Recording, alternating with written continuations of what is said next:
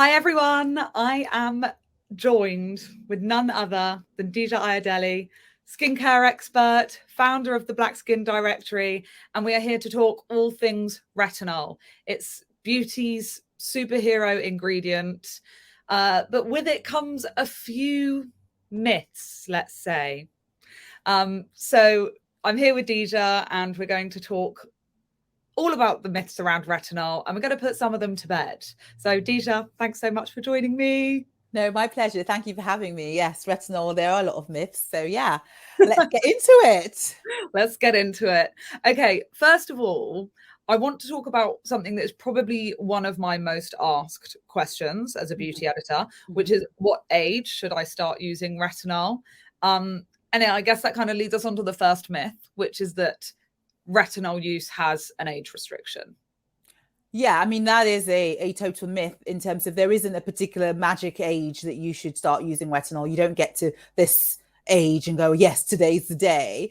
Retinol use is very much dependent on the state of your skin, the condition of your skin, the type of complaints you're facing, and so on and so forth. Definitely you wouldn't give retinol to a child, say someone under 16, but I would generally say for most people, somewhere in the mid-20s is a good place to start if they wanted to include a retinol into their skincare routine.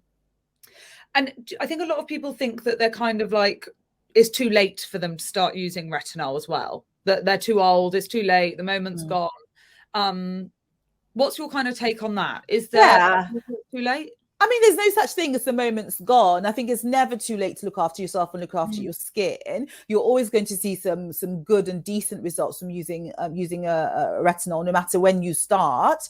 Obviously, we prefer for people to start earlier because it's a very good skin maintenance product and a preventative product as well. However, if you get to it a bit later in life for any particular reason, that's fine too. You'll still see some benefits, as I say. That's good because it also kind of brings us on to the next point. Yeah. I think the reason that people ask that question so much is because they think that retinol is only good for skin aging, which I think is a pretty big myth. And I think I know that you have some views on that as well. Yeah, I mean, for starters, retinol was not invented for skin aging issues, so that puts that one to bed. It was obviously first invented as a medicine, and one of the things that was noticed as a result of it was that it was actually very good at dealing with things like the traditional signs of aging that we see, fine lines and wrinkles. But obviously, if you're looking at that, we all know that, for example, on black skin, the first sign of aging, or the first signs of aging rather, is more about pigmentation and mottledness of the skin rather than lines and wrinkles. So across different ethnic groups, that's different anyway. So it's not the only thing you use retinol for. You can use retinol for achieving a clearer skin tone. You can use retinol for a smoother and more radiant skin, for dealing with skin texture, for regulating oil control, as well as things like plumping and stimulating collagen in the skin. So it has a whole host of benefits alongside its medical uses of dealing with things like breakouts and acne and that sort of thing. Yeah, I guess that is why it is beauty superhero ingredient, isn't it? Yeah. It's a heavy hitter. It does quite a lot of things. Actually, therefore, speaking of it being a heavy hitter, the third and final myth, I think, obviously there are loads of myths. We could talk about myths around retinol for days, but I think the other really big one is that people think the higher they go in the strength, so the higher the percentage on the bottle, the better their results are going to be. Yeah, there's no need for people to do that. I think your use of retinol is based on the quality and condition of your skin and the complaints that you are facing.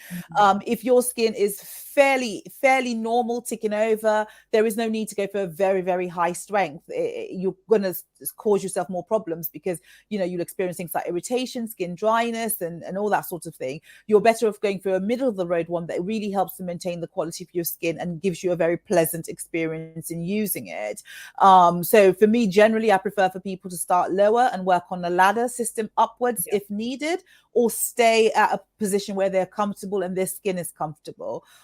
It's a bit of a misconception and a myth in society that the larger something else, the bigger it is, the better it is. It doesn't work like that with skin, I'm afraid.